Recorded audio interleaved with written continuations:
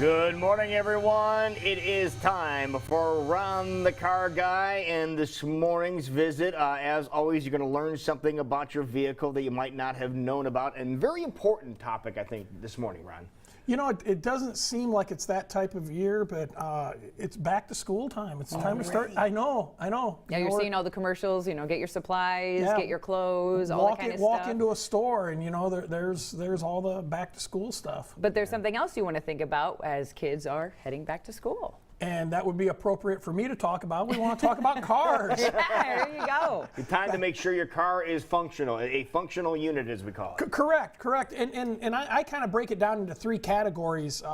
We've got the parents' cars, mom and dad's cars.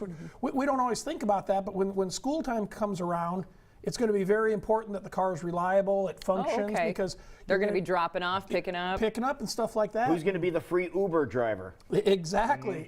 So, this is a good time of year before that school season starts. The rush and the change in your daily schedule happens. This is a good time of year to get the car checked out, get it serviced, and make sure that it's up and going. Makes sense. The other one is the kids' school car. If you've got kids in high school, that are going to be driving, maybe even taking their siblings to school. That's true. And that's usually not a newer car, and it's maybe not in as good a shape as most cars, but it's still important that the safety items be there. The condition of the tires and the brakes, and if it's your child's high school car, you might not be overly concerned about a little bit of an oil leak or something like that. But let's make sure that steering components aren't compromised, and it's going to be reliable too. Otherwise, you're now the Uber driver again as you're waiting for the tow truck to come pick the kid's car up. And the other thing to keep in mind is they're less skilled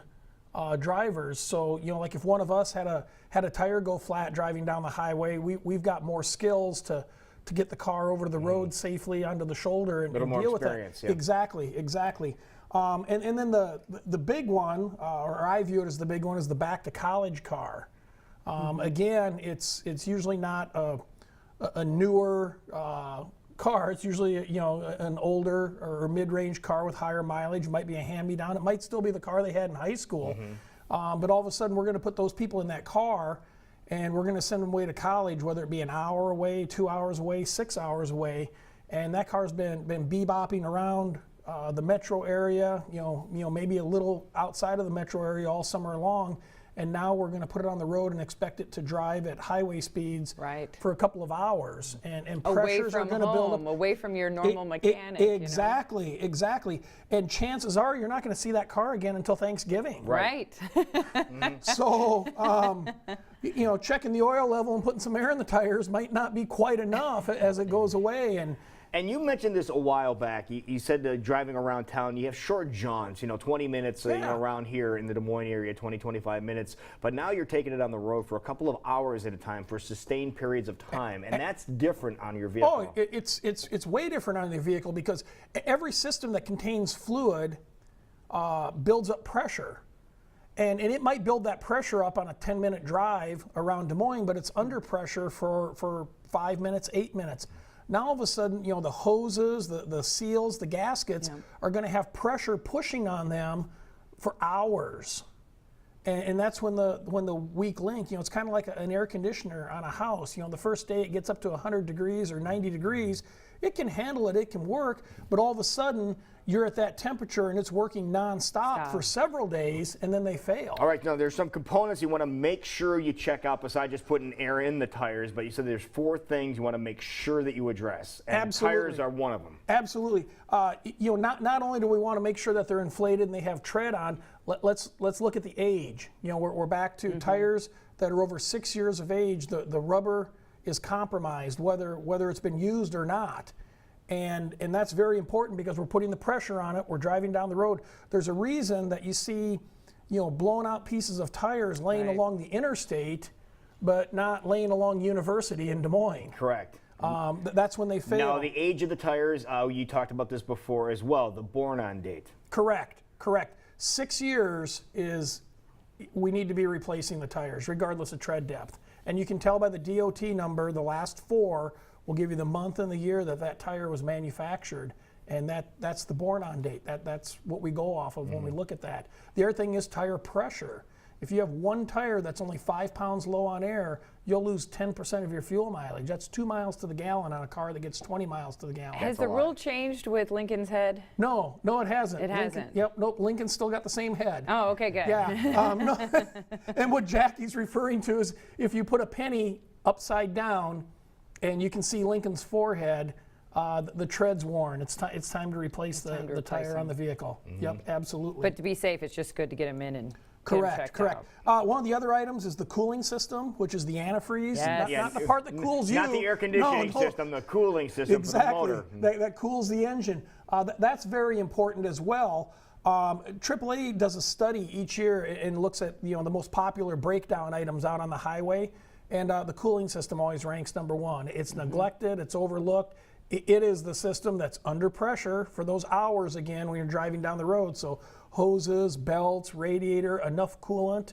If you're not coming home till Thanksgiving, depending where you're going to school at, it could get cold. It could get cold before then. Very important. Brakes and suspension. Brakes are the most popular repair performed on vehicles. And one that can be a little hard on with kids. Well, yeah, or if Ron drives the car. But anyway, don't just have someone peek through the windows and take a look at it. I mean, have stuff measured. Right. Know what's going on there. Know that the brakes are going to work. And then warning lights.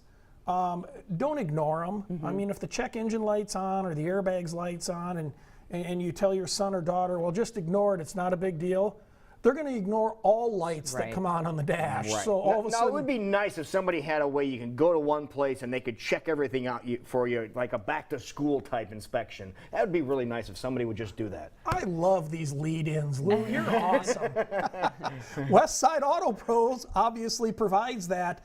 And the thing to keep in mind on a back-to-school inspection, I'm not talking about like a 28 or a 15-point inspection, that's done, when you get a quickie oil change. I mean, we offer a back-to-school inspection at Westside Auto Pros, and I mean, we're going to spend, well over an hour on the vehicle. I mean, we're going to pull the wheels off. We're going to measure your brakes. I mean, we're going to look at it more in depth. You're going to give it a physical. Exactly. It's a car physical. Is what it boils down to. Absolutely.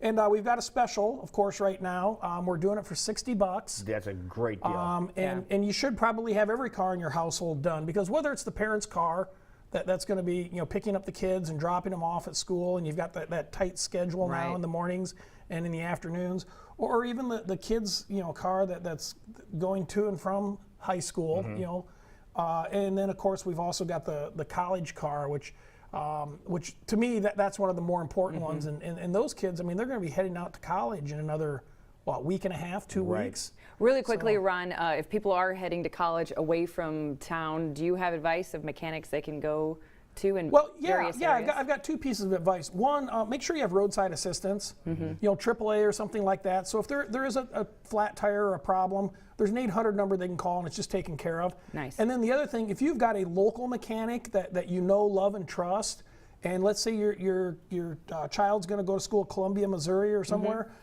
ask them for a referral, because most of us belong in different networks or different groups of shop owners. And you know somebody. We know somebody, or we know somebody that knows somebody that is going to be like us. So Perfect. absolutely. All right, here's Westside Auto Pros. This is where you find them over at Northwest 92nd Court over in Des Moines. Easy to locate. 225-9090 is the phone number, or for even better directions, you can go online. Absolutely. WestsideAutoPros.com. That's us. Don't forget about that back-to-school special. Yeah, 60 Great bucks. idea. That's a heck of a deal. So get all your cars done. All right, thank you, Ron the Car Guy. Great as always, and we will be